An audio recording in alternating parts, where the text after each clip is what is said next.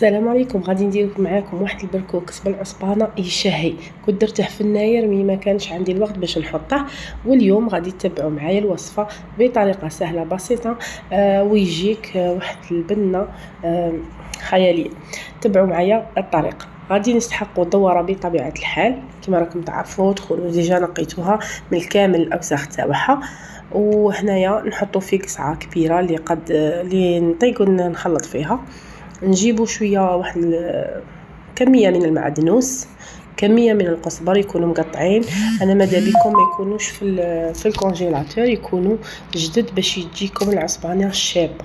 ونزيدوا نحطوا كميه من الثوم، واحد الحبه كامله تاع الثوم تكون مرابيه بهذا الشكل. مادام تكثروا الثوم نعرفوا العصبان ولا العصبانه تبغي الثوم. هنا درت النعناع اليابس، اللي ما يعرفوش داك النعناع الاخضر وهما يبسوه. دونك الا عندك النعناع الاخضر ديري كمشه تاع النعناع الاخضر، قطعيها كيما قطعتي المعدنوس والقزبر.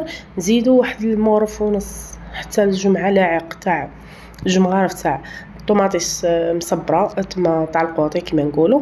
وبطبيعه الحال اللي يطبع البركوكس ولا العصبانه هو راس الحانوت. راس الحانوت ماشي تاع الحريره، راس الحانوت تاع اللي نديروه في العصبان يكون فيه كاع لي زيبيس. نزيدوا كميه الملح حسب الكميه اللي كانت عندك تاع الدواره بهذا الشكل.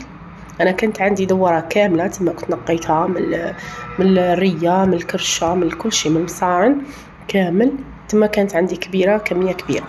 وهنا نزيدوا فلفله حمراء باش تعطينا اللون تاع الفلفله حمراء حلوه ياك، ماشي حاره. الا درتي حاره غادي ما طيقش كاع تاكلي العصبان. ونزيدوا كميه من الحرور بهذا الشكل. نعرفوا باللي العصبان صح تجي حاره، بصح راس الحانوت فيها الحرور، زيدي غادي تحطي الحرور ما طيقش كاع تاكليها. هنا زيدي كميه من السكنجبير، واحد زوج مغارف صغار. زيدي تاني شويه كركم تاني، واحد المغرف تقريبا مغرف صغيره ونص كما قلت لكم حسب الكميه تاع الدواره اللي عندك. المهم انا شاركتك في لي زيبيس ولا التوابل، وانتيا المقادير انتي تحكمي فيها. هنا غادي نزيد القزبر اليابس بهذا الشكل كما راكم تشوفوا، وخلطي كامل المقادير بهذا الشكل. كما انا استعملت اليد تاعي، راني غاسله كل شيء يديا كامل، دونك غادي نخلط غير بيديا. ديرونجيني هذيك وديجا نورمالمون في الماكله ما نطيقوش نطيبوا ولا نخلطوا بليغو، ديجا هما ماشي صحيين. هنا نخلط كامل باليد كما راكي تشوفي باش لي زيبيس ولا التوابل يدخلوا كامل في ديك الدواره. ونجيبوا المصران داك الكبير اللي خلوه بجيه، هو ما نقطعوش، خلوه على جهه، هو اللي غادي نعمر فيه انا هذيك العصبانه بهذا الشكل. انا غادي نسرع شويه الفيديو في طوع نتوما ما تقلقوش وما يجيكمش الفيديو تاني طويل. بهذا الشكل راني وجدت المصران الاول اللي كنت عمرته، ايوا كيما هكا. غادي انايا هنايا كان عندي الاسباس تاع المصران، غادي غير نحزمه. وإلا ما كانش عندكم الاسباس نتوما قضبوا الابره والخيط وخيطوه ماشي مشكل. نخلوه على جهه ونزيد نكمل الكميه اللي عندي. باقي الكرشه هذيك اللي كنت خليتها بجهه هنا، ونقضبوا الابره والخيط ونبداو نخيطوا في ديك الكرشه باش ما تخرجلناش هذيك الدواره بهذا الشكل.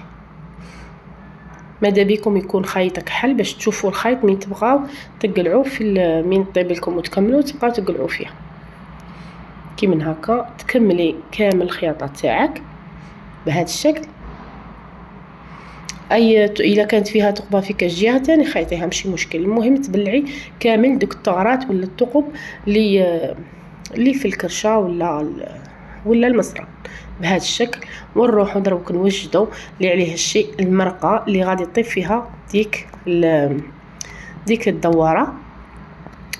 نحلوا النار كيما هكا ونديروا دروك بارد في بارد. الدواره نديروها بارد في بارد. نحط شويه زيت ونحط كميه من البصل، انتي تحكمي في الكونتيتي تاع البركوكس. هنا غادي نحط البصل نقطعها عشوائيا بهذا الشكل. هيا واحد الحبه كبيره تاع بصل. انا غادي هنا ندير زوج كيكوطات، تما كونتيتي شويه كبيره. ايوه زدت حطيت زروديه قطعتها ثاني عشوائيا، وزدت حطيت هذيك الكرشه بهذا الشكل كيما راكم تشوفوا. نطقبوا غير شويه هكا بالموس ولا بالخدمي ونحطوا كامل هذيك الدوره. ما تخافوش راني منقصه الغاز في طعم باش ما ينحرقليش البصل من تحت هكا. ونزيدوا شويه ثوم بهذه الطريقه. نكونوا ديجا موجدين الخضره تاعنا بطبيعه الحال. ندير انا غير نص الكميه تاع الخضره اللي كنت قطعتها ندير نصها في الكيكوطه الاولى اللي كان فيها الدواره، كيما درت حبه طماطيش كبيره بهذا الشكل كيما هكا. والنصف الاخر او الثاني غادي نحطه في المرقه الزاوجه تاع الدجاج. نديروا لي زيبيس راس الحانوت بطبيعه الحال، ونزيدوا طماطم مصبره بهذا الشكل. نقرب لكم شويه، واحد المغرف كبيره كيما هاك. ونزيدوا ثاني نحطوا توابل تاع الحرور الاولى، الحرور بهذا الشكل، واحد نص ملعقه صغيره، ما تحروش بزاف. زيدي نص مغرف ثاني تاع سكنجبير ولا مغرف صغيره. نزيدوا ثاني شويه كركم، ثاني مغرف صغيره تاع كركم. ونزيدوا ما تقوليش بلي درت في العصبانه، ما لي زيبيس تاع العصبانه ما غاديش يخرجوا لك في المرقه تاع لا كوكوط تاعك ولا في القدره اللي ديري فيها. زدنا مغرف فلفله حمراء وزدنا كميه صغيره من الملح. ونبداو نحطو في الماء كما قلت لكم. ما راحش نقلي باسكو الدواره ما طيقش تقليها. وهنا نمرق بالماء، ماذا بكم الماء يكون حامي هكا. ندخلوا كامل الزيبيس في هذاك الماء كما راكم تشوفوا بطبيعه الحال هكا. ونبلعوا عليها الكيكوطه حتى اللي يطيب لنا. هذيك ما تخلوهاش تنشف بزاف باسكو المرقه اللي طيب فيها العصبانه هي اللي عليها الشيء. غادي نخلطها من بعد، غادي تشوفوني كي راح ندير لها. نعمروا الماء الكيكوطه تاعنا بهذا الشكل ونبلعوها واحد تشد لكم واحد نص ساعه وخمس دقائق هكا ولا. ونخلوها بشيه ونروحوا نوجدوا المرقه الزاوجه تاع اللي غادي نطيبوا فيها الدجاج. ما نطيقوش نديروا الدجاج مع الدواره، نعرفوا باللي الدجاج يطيب بالخف والدواره تشدنا شويه في الطيب. هنا في قدره واحده اخرى ولا كيكوطه واحده اخرى حطيت تاني شويه زيت وحطيت كميه الدجاج اللي عندك بهذا الشكل. نقلوا شويه هذاك الدجاج، ماذا بكم كنت تقلوا الدجاج خير. ونزيدوا كميه من البصل، واحد الحبه ولا حبه ونص تاع بصل نقطعوها عشوائيا كيما هكا. نقطعوا كامل هذيك الحبه تاع البصل كيما راكم تشوفوا. ماشي شرط ديريه صغير ولا خاص كلشي غادي ينطحن هكا. ونقلوهم مع بعض الدجاج والبصل حتى اللي شويه يطلقوا لنا هذوك البنه تاع الدجاج. ونزيدوا نكملوا تاني المقادير اللي غادي نحطوهم في هذه المرقه. نفس المقادير ولا التوابل اللي حطيناهم في المرقه الكيكوطه الاولى تاع الدواره نحطوهم في تاع الدجاج نفس الكميه تاني. وانتي تحكمي في كميه المرقه. هنا حطيت حبه طماطش كبيره، نزيدوا نحطوا جوج حبات زروديه قطعوها عشوائيا. نزيدوا نحطوا نصف كميه الثوم، نحطوا البطاطا، الكرافس طبيعه الحال. نديروا شويه ملح هكا. نزيد سكنجبير كما قلت لكم نفس التوابل اللي حطيناها في المرقه الاولى. نزيدوا فلفله حمراء حلوه، نزيدوا كركم بهذا الشكل. ثاني شويه حرور، ما تكثروش الحرور الخشن دايرين شحال من جهه. ونزيدوا واحد الملعقه كبيره تاع طماطم مصبر كيما هكا. نخلو دوك المقادير كامل يتخلطوا ولا يدخلوا في بعضهم بهذا الشكل. نزيدوا غير شويه ما واحد الفنجان ماء باش هذوك لي زيبيسي ما يسقوناش من تحت.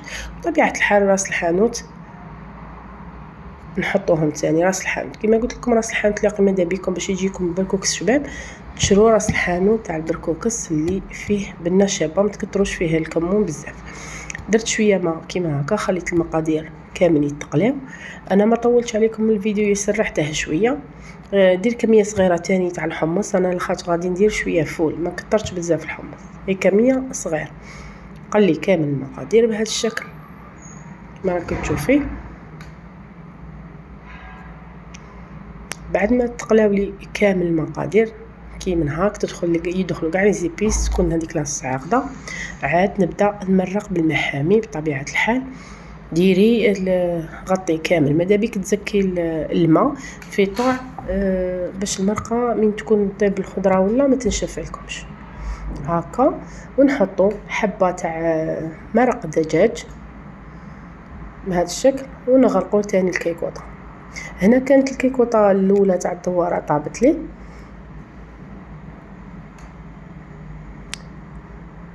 غادي ندير تاني الفول يابس. اللي ما يعرفوش هذاك الفول اليابس اللي يتباع عند اللي يبيع الاعشاب، نديرو فيه شويه ما نخلوه يغلي. كما قلت لكم هنايا الدوره كانت طابت. شا غادي ندير؟ شوفوا كي راهي تبان تشهي، مرقتها عاقده وشابه، راهي طابت الدواره. دروك نقلعها، نصفي نوخر هذيك الدواره بجيه باش نطحن المرقه تاعي من الخضر هذيك كامل. نطحنها، ما نطحنوهاش بالاخر، غير نمرسوها باش ما تجيناش المرقه تاع البركوكس شويه عاقده. نقلعوا تاني الدجاج، نوخروهم على جهه، وميم طون غادي نطحن كما قلت لكم هذيك الخضره غير هكا بهذه الاداه. وهاي وينا المرقه راهي وجدت لي كما راكم تشوفوا، راهي تبان ريحتها تفحفح. هذاك الفول اللي كان طابلي ندير له شويه مرقه، انا صفيته من الماء، درت له شويه مرقه وخليتها على جهه كما راكم تشوفوا. نروحوا دروك للبركوكس. البركوكس كنت شمخته، نحط له دروك شويه زيت، شللته مليح بطبيعه الحال ونصفيه. درت له واحده غير شويه تاع الزيت كما راكم تشوفوا هكا. كنت درت الماء يغلي ونحطوه دروك في الكسكاس كامل، نديره كما هكا في الكسكاس ونخلوه يفور حتى من نشوفوه من الفوق فار وما ولاش يابس. تما دروك نبداو نديروا له الماء. دروك انا البركوكس تاعي راه وجد. نجيبوا قصعه اللي نحط فيها البركوكس هكا هاوينا، نديروا له كميه من الملح. نتيا حسب الكميه تتحكمي في الملح حسب الكميه البركوكس اللي عندك. ايوا، ونديروا نشمخوا هذاك البركوكس بالماء كما راكم تشوفوا هاك. كاع نحلوه ونديروا شويه الماء بشويه حتى نعرفوا باللي صاير فيه الماء بزاف. نخلوه بجهه حتى ينشف منه داك الماء، ونعاودوا له التفويره الثانيه الزاوجه كما راكم تشوفوا. انا كثرت له شويه ماء باسكو راه عندي البركوكس شويه قاصح هكا بهذه الطريقه. ونخلوه واحد 10 دقائق من ينشف كما راكم تشوفوا. راه نشف لي بركوكس. غادي نزيد له التفويره الثانيه بهذا الشكل. تاني التفويره الثانيه حتى اللي تشوفوه صاي يكون من الفوق التفوار تاعو خرج له هكا التفوار من الفوق صاي. تاني نقلعه. هنا كان فار لي، زدت له واحد الملعقه صغيره ولا ملعقه كبيره عفوا تاع دهان غير باش يجي شويه بنين. المرقه كنت اللي صفيتها وكامل درتها تغلي. من تبدا تغلي المرقه نحطوا البركوكس تاعنا كيما هكا، نرموه نخلوه واحد 5 دقائق حتى 10 دقائق وهو يطبخ في ديك المرقه باش يدخلوا كامل المقادير اللي فيه. كاين اللي يدير العقده، انا ديجا كثرت ما نبغيش ندير العقده مع الاخير باش ما تقعد ليش بنت راس هذاك الثوم. وكاين اللي ما يبغيش هكا. انا كل شيء زيدت العقده اكسبري باش مع الاخير ما نزيدش ديك العقده اللي غادي تخلي الجو تاعه مختلف. فهنا هذيك المرقه اللي قلت لكم تاع الاخر حطيت البركوكس الاولى، زدت هذاك الفول اليابس اللي كان طاب مع هذيك المرقه، ونحطوا كميه تاع الدجاج. انت زيني كما تعرفي هكا. كنت فتتو نزينو بهذيك العصبانه اللي درناها، شويه راس الحانوت وشويه معدنوس. وهاوينا البركوكس راه واجد بطريقه الغرب الجزائري. وشاهدكم في الجنه، والسلام عليكم ورحمه الله وبركاته.